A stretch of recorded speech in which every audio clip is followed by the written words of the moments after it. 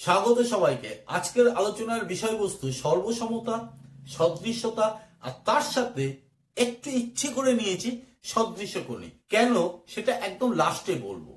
তিনটে বিষয়বস্তুকে একসাথে নিয়ে নেওয়ার কারণ আছে, কারণ তিনটের নামের মধ্যে যোগাযোগ এত কাছাকাছি, প্রায় একই ধরনের নাম, কিন্তু এদের মধ্যে পার্থক্যটা এতটাই ফারাক। প্রথমেই যদি বুঝে না নেওয়া যায় তাহলে তিনটে বিষয়ের মধ্যে আগামী দিনে গুলিয়ে যাবে। প্রথমেই আমি একদম জ্যামিতির ভাষায় যাব না, সর্বসমতা কি, সদৃশ্যতা কি, তারপরে সদৃশ্যকোণী একটু বাদে আসছি, সেটা কি একটু বাংলা ভাষায় একটু আমাদের মতো করে, ছোটদের মতো করে একটু আলোচনা করে। আজকালকার এই মোবাইলের যুগে, টেকনিক্যাল যুগে, কম্পিউটার যুগে আমরা একটা কথার সাথে ভীষণভাবে পরিচিত। কথাটা কি? কথাটা হচ্ছে কপি পেস্ট। কপি পেস্ট মানে কি আমরা প্রত্যেকেই জানি, যারা মোটামুটি ফোন চালাতে জানি, যে কোনো একটা বিষয়কে কপি করে আর এক জায়গায় পেস্ট করে দেওয়া। তাতে কি সাইজের এদিক ওদিক হয়? সেটা কোনো সেন্টেন্স হোক, কোনো ছবি হোক বা অন্য কোনো বিষয়বস্তু হোক, সাইজ কিন্তু সেম সেম থাকে যতক্ষণ না আমি সাইজ বাড়াচ্ছি। যদি তুমি কপি পেস্ট করো তাহলে সাইজ কিন্তু একই থেকে যায়। তার মানে কি আকৃতি একই থেকে যাচ্ছে। আকার এবং আকৃতি যদি একই রকম থেকে যায়, মনে রাখবে সেটাকে সর্বসমতার আওতায় ফেলবো। ধরে নাও তুমি মিষ্টির দোকানে একটা সন্দেশ কিনতে চাও। আরো যদি সহজ করে দিই, তালশাঁস টাইপের একটা সন্দেশ আছে।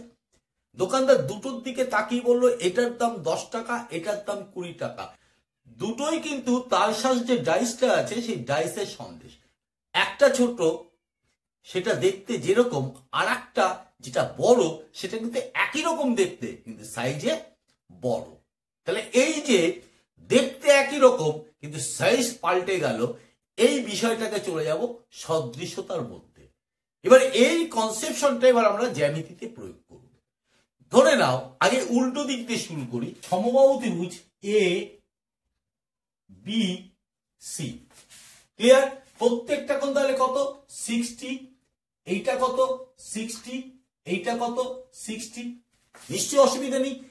এইবার আমি আরেকটা সমবাহু ত্রিভুজ আঁকছি। সেই ত্রিভুজটার নামকরণ করে দিই ডি ই এফ। এটাও কিন্তু সমবাহু ত্রিভুজ। তাহলে এই কোণগুলো কত ডিগ্রি হবে? 60 ডিগ্রি। এই কোণটা কত? এই কোণটা কত হবে? 60 ডিগ্রি। এই কোণটা কত হবে? 60 ডিগ্রি। তাহলে খেয়াল করে দেখো, এইটা না আমি স্কেলে 10 করে নিয়েছিলাম, 10 সেন্টিমিটার করে মাপ নিয়েছিলাম, প্রত্যেকটা বাহু 10। আর এটা স্কেলে আমরা 15 সেন্টিমিটার করে মাপ নিয়েছিলাম। ওই যে সন্দেশের দোকান, এইটা 10 টাকা পিস সন্দেশ, আর এইটা 15 টাকা পিস বা 20 টাকা পিস সন্দেশ। তাহলে দেখতে একই রকম, তাহলে এদের বলা হবে, এইটাকে দেখতে যেহেতু একই রকম কিন্তু আকার আলাদা হয়ে গেল, এই জায়গাটাকে আমরা বলবো সদৃশ্যতা। ক্লিয়ার? এইবার প্রশ্ন আসছে, তাহলে সদৃশ্যকোণী কি হচ্ছে?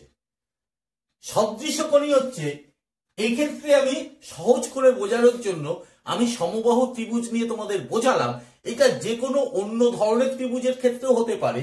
যদি কোণগুলো যদি সমান হয় তখন সেটা হয়ে যাবে সদৃশ্যকোণী ত্রিভুজ। তাহলে পড়ে রইল কি? সর্বসমতা। তার মানে সর্বসমতা ওই যে বলেছিলাম কপি পেস্ট। এবার চলে আসি ত্রিভুজ কথাটায়। যদি ত্রিভুজের ক্ষেত্রে দুটো ত্রিভুজ এমন ভাবে নেওয়া যায় যে তাদের যে যতগুলো বিষয়বস্তু আছে, কতগুলো? 9টা বিষয় আছে, 3টে কৌণিক বিন্দু, 3টে বাহু আর 3টে কোণ। এই 9টা বিষয়ের মধ্যে কৌণিক বিন্দুটা ভুলে যাও, তাহলে থাকলো কি? 3টে বাহু আর 3টে কোণ। এই 6টা বিষয়ের মধ্যে যদি আমরা মিলঝুল করতে পারি, তাতে দেখতে একই রকম হবেই হবে। এবার এই 6টা বিষয়কে যদি তুমি শর্ট করে নাও, যদি 3টে বিষয় যদি তুমি দুটো ত্রিভুজের মধ্যে মিল দেখাতে পারো, অটোমেটিক 6টা বিষয় মিল হবে। এবার তুমি প্রশ্ন করতে পারো, 6টা বিষয়, 3টে বাদ দিলাম, 6টা বিষয়, সেই 6টা বিষয়ের মধ্যে আবার 3টেকে আমি বেছে নিচ্ছি কেন? তিনটে হলে বাকিগুলো হবে, এটা আবার কেমন ব্যাপার? জ্যামিতিতে হয়, কিন্তু আমরা এটা যদি উদাহরণের সাহায্যে তোমাকে যদি বোঝানোর চেষ্টা করি, মিষ্টির দোকানের যে কারিগর, সেই মিষ্টির দোকানের কারিগর দেখবে 20 টাকার সন্দেশের জন্য একটা গোল্লা নিয়েছে, আবার 10 টাকার সন্দেশের জন্য একটা গোল্লা নিয়েছে। তাহলে গোল্লার পরিমাণটা ধরো 1টা পয়েন্ট, হাতে গোল করছে যে সাইজের গোলটা 2টো পয়েন্ট, আর ডাইসের যে জায়গাটা সেটা ধরো 3টে পয়েন্ট। 3টে পয়েন্ট যদি এক জায়গায় করে দেয় একদম 10 টাকার সন্দেশ। ঠিক তেমনি 20 টাকার সন্দেশের ক্ষেত্রেও 3টে বিষয় যদি এক জায়গায় করে দেয়, তাহলে তখন দেখা গেল বাকি যে আরো যদি সন্দেশের বিষয় থাকে, ধরে নাও, সহজ করে বোঝানোর চেষ্টা করছে, ধরে নাও বাকিগুলো মিলজুল হবে। তাহলে এবার চলে আসি দুটো ত্রিভুজের ক্ষেত্রে কখন কখন সর্বসমতা হয়। চলো দেখতে থাকো। বলে দেখো, একটু লিখে নিয়েছি, দুটো ত্রিভুজের মধ্যে সর্বসমতার শর্ত 1 নম্বরে দিয়ে দিয়েছি এস এস এ। আমরা জানি ত্রিভুজের বাহুকে বলা হবে সাইড, কোণকে বলা হবে অ্যাঙ্গেল, অর্থাৎ সাইড সাইড অ্যাঙ্গেল। বিষয়বস্তুটা কেমন? এই এবিসি এবং ডিইএফ এই ত্রিভুজ দুটোর মধ্যে 1 নম্বর পয়েন্ট হচ্ছে এবি কার সাথে সমান?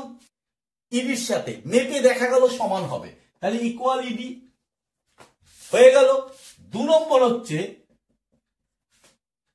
এসি, ধরে নাও এগুলো অনেক রকম হতে পারে, অন্য বাহু হতে পারে, এসি আর ডিএফ সমান। আর 3 নম্বর হচ্ছে এই অ্যাঙ্গেলটা আর এই অ্যাঙ্গেলটা সমান। একটা উদাহরণ দিলাম মাত্র, হ্যাঁ, এটা ঘুরিয়ে ফিরিয়ে কিন্তু অনেক হতে পারে। যাই হোক না কেন, ডিএফই যাই হোক না কেন, আমার দুটো সাইড সমান হবে, একটা দুটো এস এস, আর একটা অ্যাঙ্গেল সমান হবে। যদি যদি এই 3টে পয়েন্টের মধ্যে সমান দেখানো যায়, অর্থাৎ বাহু বাহু কোণ এস এস এ, তাহলে এই দুটো ত্রিভুজকে আমরা সর্বসম বলতে পারবো। ত্রিভুজ এবিসি সর্বসম, চিহ্নটা একটু দেখে নাও, সমান চিহ্ন দিয়ে উপরে একটু ঢেউ খেলিয়ে দেবে, ত্রিভুজ ডিইএফ। যেই সর্বসম হলো, সঙ্গে সঙ্গে তুমি চোখ বুঝে বলতে পারবে এখানে তো আমি এই বাহুটা আর এই বাহুটা নিয়েছি, কাজে লাগিয়েছি, এই বাহুটা আর এই বাহুটা কাজে লাগিয়েছি, আর এই কোণটা নিয়েছি, তাই তো? বাকি কিন্তু অনেকগুলো পড়ে রইলো। অটোমেটিক এই কোণটার সাথে এই কোণটা অবশ্যই সমান হবে, এই কোণটার সাথে এই কোণটা অবশ্যই সমান হবে, আবার এই বাহুটার সাথে এই বাহুটা অবশ্যই সমান হবে। ওই যে প্রথমে বলেছিলাম 6টা পয়েন্ট, তার মধ্যে 3টে দেখালে বাকিগুলো সর্বসম মানেই হচ্ছে বাকিগুলো সমান হবে। এবার দ্বিতীয় পয়েন্টটা, প্রথমটা যদি বুঝে থাকো সবকটাই বুঝবে, দ্বিতীয় পয়েন্টটা লিখে আমি ভিডিওটাকে লেন্দি করছি না। অ্যাঙ্গেল অ্যাঙ্গেল সাইড, অর্থাৎ দুটো ত্রিভুজের মধ্যে দুটো কোণ এবং একটা সাইড যদি সমান দেখানো যায়, তাহলে সেই ক্ষেত্রে ত্রিভুজ দুটো সর্বসম হবে। ক্লিয়ার ব্যাপারটা? অর্থাৎ একই রকম যে 3টে দেখালাম, বাকি 3টেও তাহলে অটোমেটিক সমান হয়ে যাবে। তৃতীয় পয়েন্টটা, সেটাও দেখে নি। তৃতীয় পয়েন্ট দাঁড়ালো এস এস এস, অর্থাৎ সাইড সাইড সাইড। নিশ্চয়ই বলতে হবে না, একটা ত্রিভুজের 3টে বাহু যদি সমান দেখাতে পারি, তবে ত্রিভুজ দুটো সর্বসম হবে, অর্থাৎ অটোমেটিক যে 3টে কোণ বিষয়টা পড়ে থাকলো তারাও সমান হবে। চতুর্থ পয়েন্টটা কি? চতুর্থ পয়েন্ট হচ্ছে আর এইচ এস। একটু বুঝিয়ে দিই, দেখো দুটো ত্রিভুজ আছে, রাইট অ্যাঙ্গেল, সমকোণ সমকোণ, হাইপোটেনিউস অর্থাৎ অতিভুজ অতিভুজ সমান হবে, আর সাইড বাকি দুটো থাকলো, এইটা বা এইটা, এইটার সাথে ধরে নাও এইটা সমান, তাহলে এক্ষেত্রেও এদের সর্বসম বলা যাবে।